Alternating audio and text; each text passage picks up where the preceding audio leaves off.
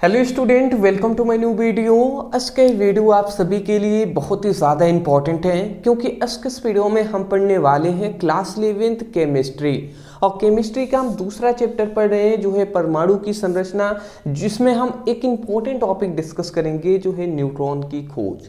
तो न्यूट्रॉन की खोज कैसे हुआ, इन सभी पर हम डिस्कस करेंगे ही। उसके साथ हम जानेंगे न्यूट्रॉन के गुण या लक्षण। तो न्यूट्रॉन के क्या गुण होते हैं, इसके लक्षण क्या होता है, उस पर भी हम डिस्कस करने वाले हैं। तो चलिए दोस्त, बिना देर किए स्टार्ट करते हैं और इस टॉपिक को समझ लेते हैं। ठीक है ना। चलिए, यहाँ पे देख सकते हैं परमाणु की संरचना पढ़ रहे हैं, चैप्टर 2 है और इस चैप्टर का ये चौथा लेक्चर है। और आज हम जानने वाले हैं न्यूट्रॉन की खोज। न्यूट्रॉन की खोज कैसे हुआ, इस पर हम डिस्कस करेंगे। देखिए, सबसे पहले मैं ज़्यादा डिस्कस ना करके सबसे पहले मैं थोड़ा सा बेसिक बताना चाहूँगा। बेसिक ये है दोस्त कि रदरफोर्ड नामक एक वैज्ञानिक थे। ठीक है ना। रदरफोर्ड नामक, थोड़ा सा मैं समझाना चाह रहा हूँ, आप समझने का प्रयास कीजिएगा। कौन से वैज्ञानिक थे, तो मैं कह रहा हूँ रदरफोर्ड।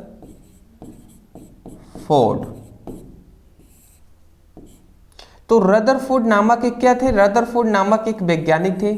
इन्होंने हमें ये बताया कि कोई भी परमाणु है, कोई भी सपोजिट ये एक परमाणु है, तो कोई भी परमाणु है तो इस परमाणु का जो टोटल द्रव्यमान होता है, ठीक है, मतलब जब रदरफोर्ड नामक वैज्ञानिक ने ये बताया था तो उस समय तक केवल हमें यही पता था कि ये एक परमाणु है तो इसमें इलेक्ट्रॉन होते हैं और इसमें प्रोटॉन होते हैं, केवल इतना ही बात पता था।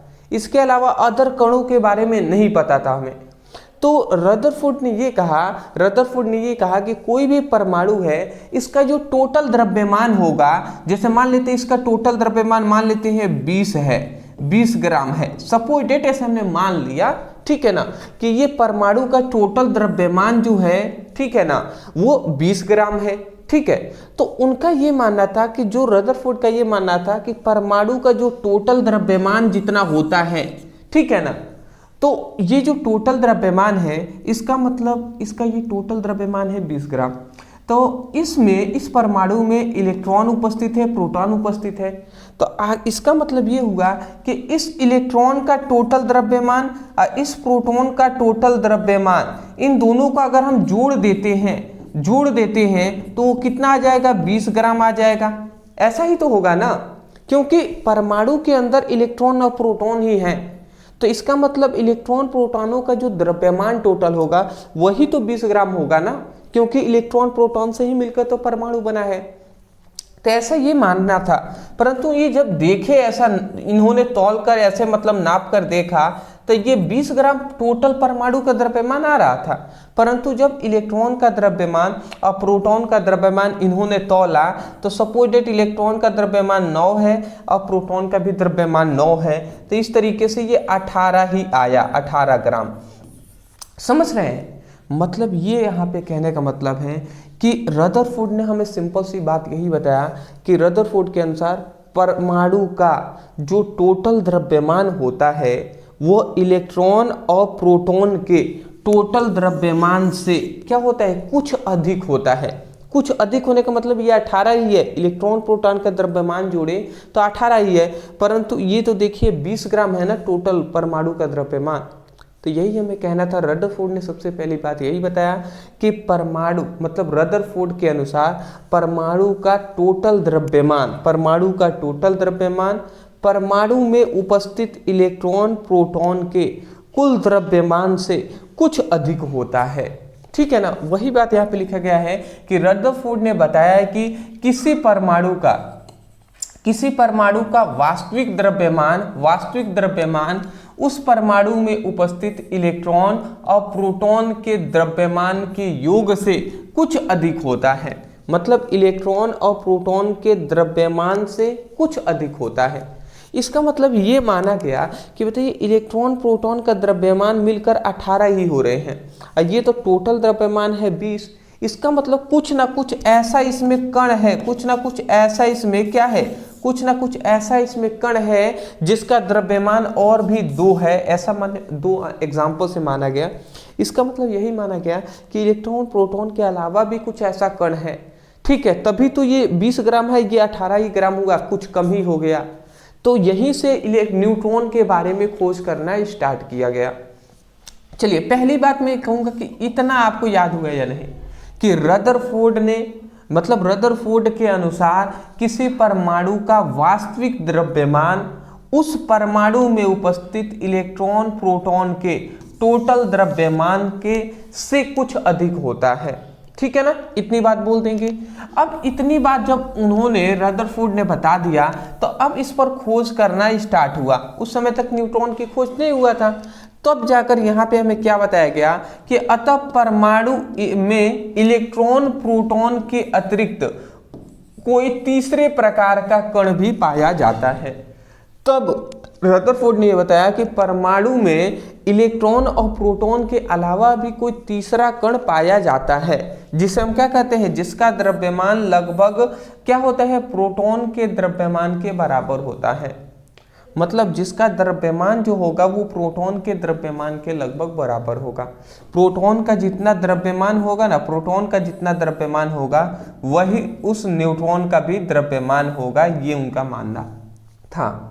ठीक है ना, तो मैं आशा करता हूँ कि आपको समझ में आ गया होगा। इसमें ज़्यादा कुछ नहीं है दोस्त, बस सिंपल से ये जानना है कि जब न्यूट्रॉन की खोज नहीं हुआ था उस समय तक हमें पता था कि कोई भी परमाणु है उसमें इलेक्ट्रॉन और प्रोटॉन यही दो चीज़ें रहते हैं। परंतु बाद में जैसे जैसे हमने अध्ययन करना स्टार्ट किया तो हमें ये पता चला कि इलेक्ट्रॉन प्रोटॉन के अलावा एक तीसरा भी कण होता है, और जिसका जो द्रव्यमान होता है ना वो प्रोटॉन के द्रव्यमान के ही बराबर होता है। यही बात हमें मालूम चला। फिर से यहाँ पे अब देखिए, फिर से बताया गया कि रदरफोर्ड के इस सुझाव की पुष्टि जेम्स चैडविक ने की थी। मतलब रदरफोर्ड ने केवल ये सुझाव दिया था कि ऐसा ऐसा होता है, परंतु उसकी पुष्टि नहीं किया, उसको सिद्ध नहीं किया, उसके बारे में जानकारी नहीं ली है रदरफोर्ड। फिर से रदरफोर्ड की इस सुझाव को किन्होंने, जेम्स चैडविक ने ध्यान दिया और समझा और उसका अध्ययन किया, तो इन्होंने इसकी पुष्टि कर दी, सिद्ध कर दिया।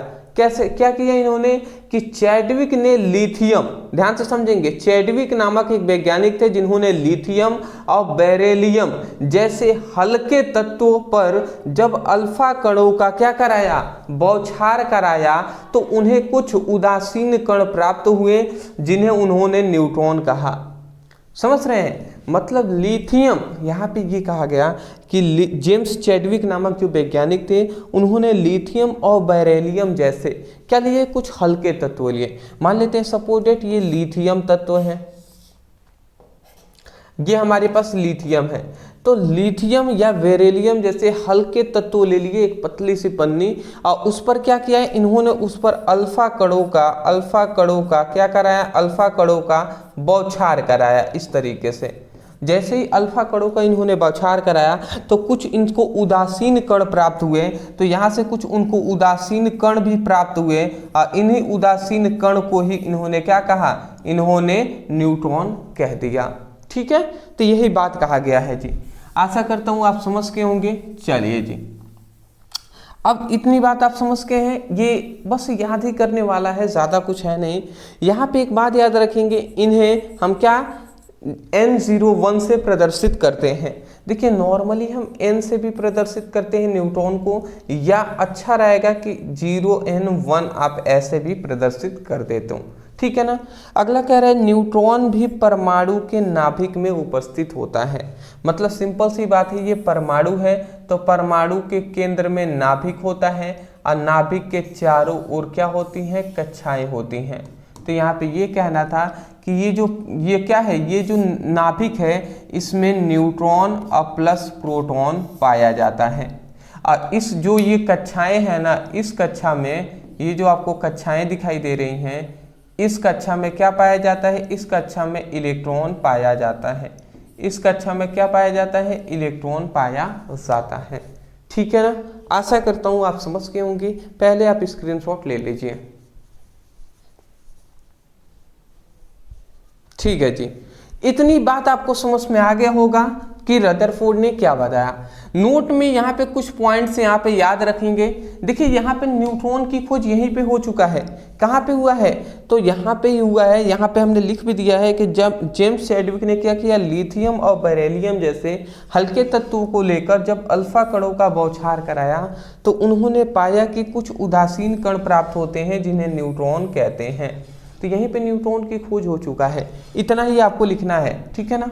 उसके बाद ये 2 पॉइंट्स नोट में आप याद रखेंगे, इसको भी लिख कर आएंगे कि वास्तव में एक न्यूट्रॉन एक इलेक्ट्रॉन व एक प्रोटॉन से मिलकर बना होता है। मतलब ना न्यूट्रॉन जो है वो न्यूट्रॉन है ना, न्यूट्रॉन है वो एक इलेक्ट्रॉन और एक प्रोटॉन से मिलकर न्यूट्रॉन बना होता है, न्यूट्रॉन बना होता है। ये कहने का मतलब है, मतलब एक इलेक्ट्रॉन और एक न्यूट्रॉन जब प्रोटॉन मिलते हैं तब जाकर एक न्यूट्रॉन बनता है। वही लिखा गया है, वास्तव में एक न्यूट्रॉन है वो एक इलेक्ट्रॉन व एक प्रोटॉन से मिलकर बना होता है। दूसरी बात यहाँ पे ये कहा गया कि नाभिक के अंदर न्यूट्रॉन अस्थाई होता है। मतलब नाभिक के अंदर क्या होगा, न्यूट्रॉन अस्थाई होगा, स्टेबल होगा, परंतु नाभिक के बाहर न्यूट्रॉन क्या होता है, जीवन काल 17 मिनट, लगभग 15 या 17 मिनट का होता है। ठीक है ना। मतलब सिंपल सी बात यहाँ पे ये बताया गया फिर से कि नाभिक के अंदर न्यूट्रॉन अस्थाई होता है, स्टेबल होता है, चुपचाप पड़ा रहता है न्यूट्रॉन नाभिक के अंदर। जब परमाणु के केंद्र में यहाँ पे नाभिक है तो इसमें क्या होगा, न्यूट्रॉन क्या होगा, स्टेबल होगा, अस्थाई होगा। परंतु जैसे इस नाभिक से बाहर निकलता है ना न्यूट्रॉन, तो इसका जीवन काल लगभग ओनली 17 मिनट तक ही होता है, उससे ज़्यादा ये जीवित नहीं रह सकता। ठीक है ना। यही बात यहाँ पे कह रहा है कि नाभिक के अंदर न्यूट्रॉन अस्थाई होता है, परंतु नाभिक के बाहर न्यूट्रॉन का जीवन काल केवल 17 मिनट तक ही होता है। ठीक है। यहाँ पे 2-3 पॉइंट्स आप याद रख लेंगे तो ये बेटर रहेगा। देखिए सबसे पहले इलेक्ट्रॉन कण की बात करें, इलेक्ट्रॉन की खोज किसने किया था, तो जे थॉमसन नामक वैज्ञानिक ने किया था, जिसका देखिए जिस पर आवेश कितना होता है, इलेक्ट्रॉन पे आवेश होता है -1.602 × 10⁻⁻19 कूलाम का, और इलेक्ट्रॉन का द्रव्यमान कहें 9.109 × 10⁻31 kg होता है, किलोग्राम। अगला आता है प्रोटॉन की खोज किसने किया था, रदरफोर्ड ने किया था। देखिए प्रोटॉन की खोज गोल्डस्टीन को भी माना जाता है, बट मोस्टली अगर एनसीईआरटी के अनुसार चले तो जो प्रोटॉन की खोज रदरफोर्ड नामक वैज्ञानिक ने किया था। अगर ऑब्जेक्टिव क्वेश्चन में कह दे कि प्रोटॉन की खोज किसने किया था और रदरफोर्ड ऑप्शन में ना हो, गोल्डस्टीन हो, तो गोल्डस्टीन को टिक करेंगे। अगर रदरफोर्ड और गोल्डस्टीन दोनों हो तो आप रदरफोर्ड को ही टिक करेंगे। ठीक है ना। अगला आता है कि जो क्या है, प्रोटॉन का जो द्रव्यमान होता है +1.602 × 10⁻⁻19 कूलाम होता है, कूलाम का आवेश होता है, और प्रोटॉन का द्रव्यमान 1.672 × 10⁻27 किलोग्राम होता है। और न्यूट्रॉन का जो क्या होता है, खोज होता है, वो जेम्स चैडविक ने किया था, जो एक उदासीन कण होता है। इसका द्रव्यमान 1.675 × 10⁻27 किलोग्राम होता है। आशा करता हूँ आप समझ गए होंगे। ये याद करना है जी, याद करना है। ठीक है ना। चलिए नेक्स्ट हम आते हैं न्यूट्रॉन का गुण। अभी तक हम न्यूट्रॉन के खोज के बारे में डिस्कस कर रहे थे, अब हम जानेंगे इसके गुण या विशेषताएं या लक्षण। तो इसके निम्नलिखित विशेषताएं होती हैं। सबसे पहली कौन सी है, तो सबसे पहला यहाँ पे देख सकते हैं कि न्यूट्रॉन एक विद्युतीय क्या होता है, तटस्थ कण है। मतलब इस पर कोई आवेश नहीं होता है। मतलब यहाँ पे ये कहने का मतलब है न्यूट्रॉन एक उदासीन कण होता है। सिंपल सी बात है, उदासीन का मतलब कोई इस पर आवेश नहीं होता है, कोई चार्ज नहीं होता है। ठीक है ना। दूसरी बात यहाँ पे ये कहा गया हमें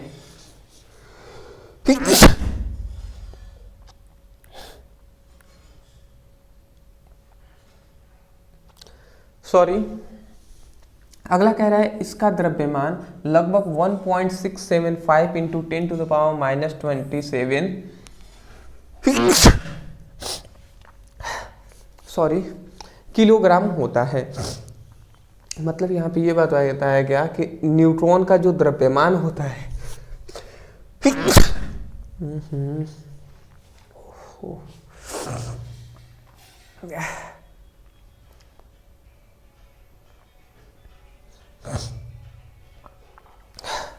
माफ़ी चाहूँगा मैं, ठीक है ना। मतलब यहाँ पे ये कहा गया कि न्यूट्रॉन का जो द्रव्यमान होता है 1.675 इंटू 10⁻⁻27 किलोग्राम होता है। मतलब न्यूट्रॉन का जो द्रव्यमान है वो प्रोटॉन के द्रव्यमान के लगभग बराबर होता है। तीसरी पॉइंट यहाँ पे ये कहा गया कि यह परमाणु के नाभिक में पाया जाता है। न्यूट्रॉन है वो परमाणु के नाभिक में पाया जाता है।